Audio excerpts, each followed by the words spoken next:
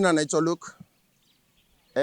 Ninaona ya kwamba siku ya leo tumeamuka na siku ya huzuni sana.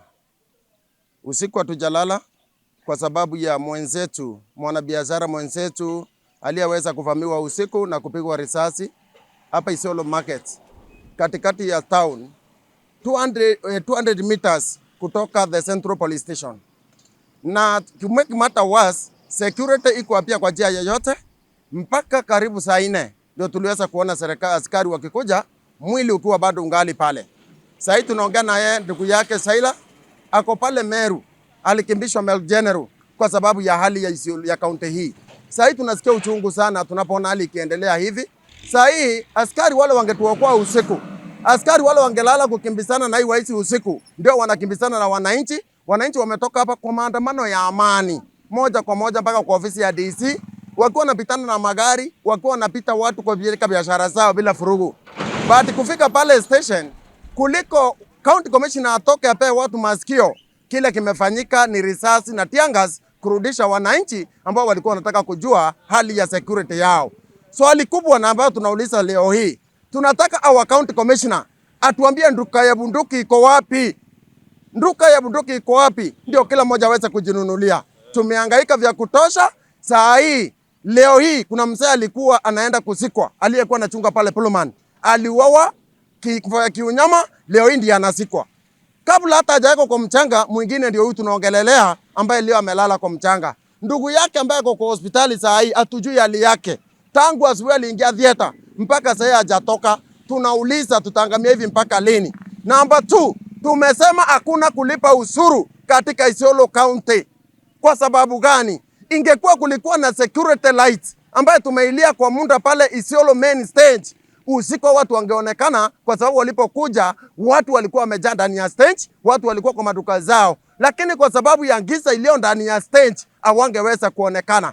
Walivuka na miguu yao taratibu bila uoga, kwa maana wanajua eti hakuna lights, kila kona ni giza. Tunauliza the county government, hatua yao ni gani? Ikiwa mtu akipata njeraha kama ya hawezi hundumiwa hapa katika Isiolo mpaka akimbilie Meru General, mahali ambayo kijana ako saa hii. Saa hii tunaongea na hapa katika hii media, kungekuwa na security lights au watu wangeonekana, wananchi wangewafuata. Number 2, ikiwa security ambaye askari wako hapa Central, kazi yao ni nini? Kama mtu anaweza vamiwa 200 meters kutoka station, akufe akae 3 hours bila askari kufika na bila huduma yoyote. Tumeamka na huzuni mingi tena, na hata hatujamaliza wiki mbili nilikuwa kwa hii media tena nikiongelelea insecurity Isiolo ya ule mzee alikuwa ameuawa. Na leo tumechoka sababu leo ni mama, kesho hatujui ni nani. Inaweza kuwa ni mimi ama ni mwingine. Hata huyo askari inaweza kuwa ni yeye. Lakini ile kitu tuliomba serikali iweze kuingilia na ituonyeshe picha hiyo watu wanafanya hiki kitendo. Lakini kwa sasa hizi hatujapata kitu yote, hatujapata habari yote. Huyu ndio huyu Gitonga amepotea. Tuwe tunaendelea kuuawa, tukikuja kutetea haki yetu, bado tunauawa. Sasa ndio tunauliza, kama sio hivyo, kama serikali inatuua na mwizi atatufanya nini kweli ndugu zangu?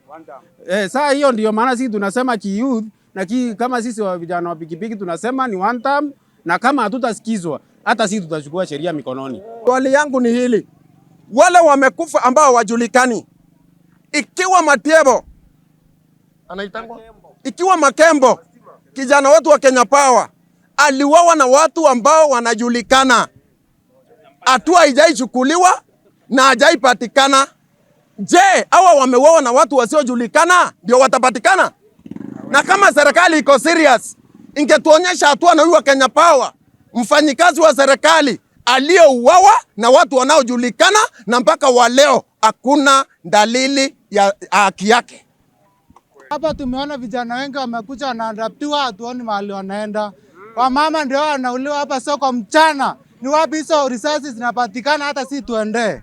Ndio wana vijana nawaambia sisi risasi yetu saa bunduki ni ID. Risasi nayo tunaendea ikiwa kama kura, si ndio? 2027 serikali imetuangaiza kwa muda. Ndio tuweze kuleta hapa agenda, tulete Isiolo Youth Service. Tuletewe pia booster hapa town, kuwa na spotlights. Kitu kingine ya maana ningewaambia wandugu, tundumisha amani, upendo na umoja. Huyu mama ameenda, hatujui next ni nani. Sisi vijana ndio tuko na nguvu. Tupiganieni nchi yetu. tupiganieni kaunti yetu. Ningeomba serikali ya kaunti pia ifikie Abdi Nguyo aweze kusimamisha hapa vijana na ikuwe na youth service, ndio pia vijana aweze kuajiriwa kwa part of security department.